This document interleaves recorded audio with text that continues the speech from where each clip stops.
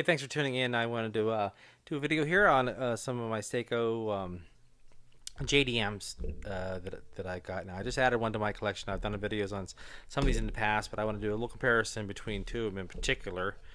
This is what we got for the JDMs. This is the newest one I just acquired. This is the SARG 009.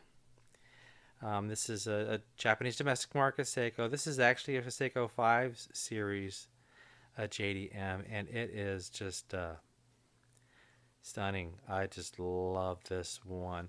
That one, I just got that this week. Let me break out the other ones. Of course, if any of you have seen my channel before, you've probably seen the video on the SARX 13, SARX 13. Just a real stunner and a really nice dress watch.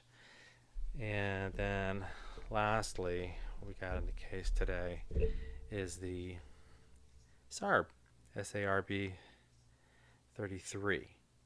And I've just recently posted a video on that too. But the real reason for today's video is I really wanted to look at compare these two, since they're kind of, as far as, style with the black face and whatnot. Two things I was looking for. I wanted a black face watch. I wanted a bracelet. And I wanted a JDM, and I bought this one first, the SARB, because it's just beautiful. It's stunning. It's real popular.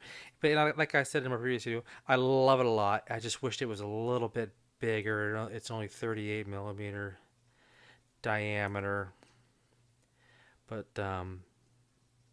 it's got real nice finish on. You see that little step right there? It's brushed up here, then on the side it's polished, and it's stepped up above. Real nice bracelet. Polished side, polished bezel. Classic, very clean face.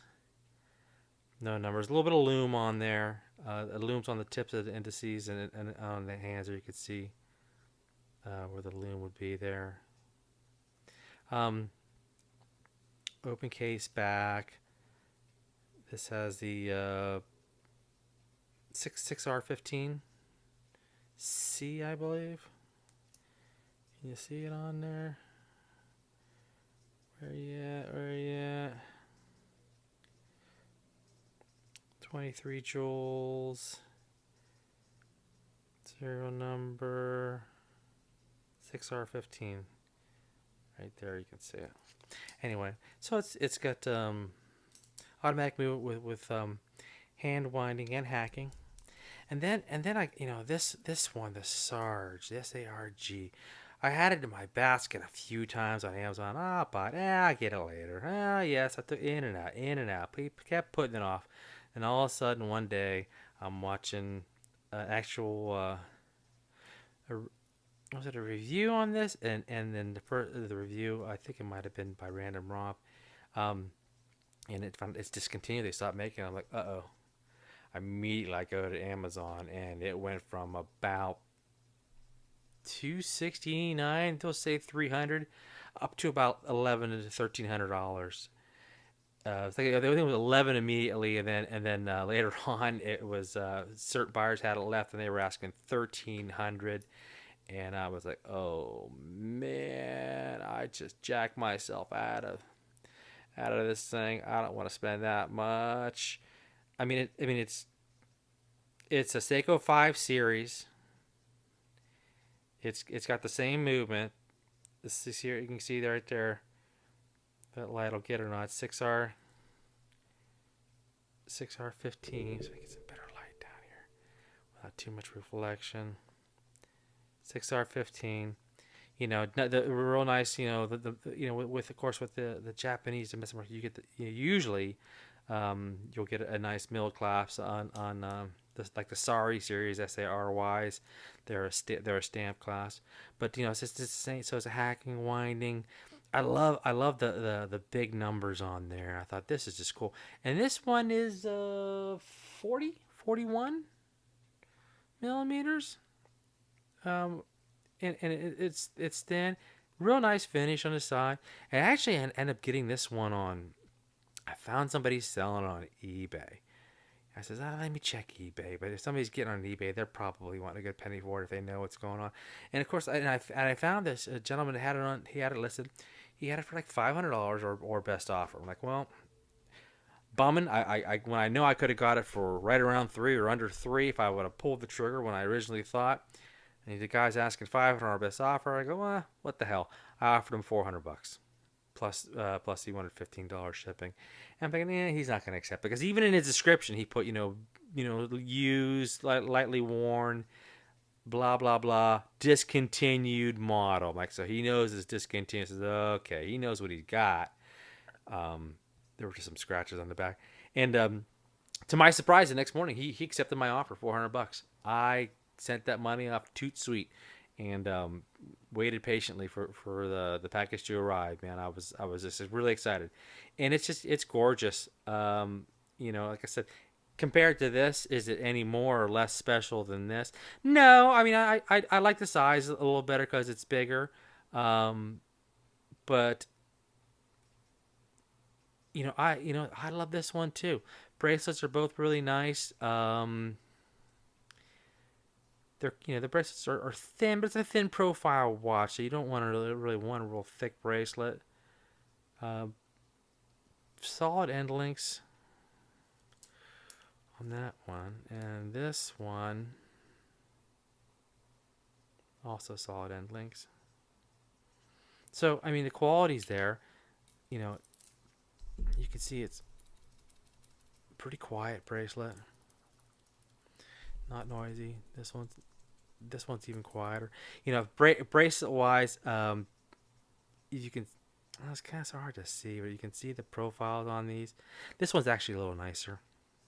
These are just more the center link. The links are just more domed, or these ones are a little wider and flatter. So they're nice, but this one's just a little bit nicer. So if I was comparing the two, I'd say, okay, you win on bracelet, you win on size and style between the two. To think that this is actually a Japanese Seiko 5 series, and how with the advanced movement and just a beautiful finish and everything, it's just amazing. But style wise, yeah, they're just different. This is more your everyday wear. This is a little dressier. Yeah, you can wear this casually every day. I do. I don't care. I think it's just gorgeous, man. I can't get enough of it. This one here, yeah, it's gonna get a lot of wrist time too. Regardless of the occasion. I mean, I think it'd fit well in any environment. Um, Except for probably swimming or diving. These are not divers. I think they only water resist. If I remember correctly, it's like 30 meters or something like that. It's just not a diver. You don't want to be showering with it or swimming, maybe washing your hands, doing some dishes or something around the house. But these, yeah, obviously you're not gonna wear a nice looking watch like this. Do anything too crazy. Oh, right there, you can kind of really see the bracelet difference there between these two. You just see these links they're just nicer. When I was looking at pictures, I thought, oh, it's got the same bracelet as a SARB, and then when I get it, it's like, wow, no, these are quite different. These are quite different. I can get a little more light over this way. Sorry. So, really nice. That's it. I don't want to talk to get too much. You guys, if you're into watches, I'm sure you're familiar with this one. This one, I don't know the popularity of. I imagine it wasn't too popular since they quit making it, and I just can't see why. It's just gorgeous. I mean, maybe it was maybe it wasn't selling so well because people considered it a Seiko 5, and they thought that was lesser of a watch for some reason. But with the movement and everything, the solid end links, the nice bracelet, the finish. I don't know if it was the price point or whatever, but I kicked myself for not getting it new. But this seller on eBay, I got everything was just perfect. Came with all the papers, the original tags, box, everything. I mean, it was as close to new as you could get. I got the gloves on today because I got a couple cuts on my hand and band-aids, and it's just more than I could cover up. But yeah, I mean, look at that. That rides really nice on the wrist. The only thing, I mean, it had some scratches back here, but I kind of just polished it a little, brushed it a little bit to make it fresh looking. But yeah, otherwise, I mean, it's as close to the new condition as you get. Really happy with it. Anyway, guys, I just want to show these off real quick. Once again, this is the SARB 009. If you're lucky enough to find one online and at a price that you're willing to pay, uh, I love it. I'm happy I got mine. If you know somebody to sell one, get it. It's nice.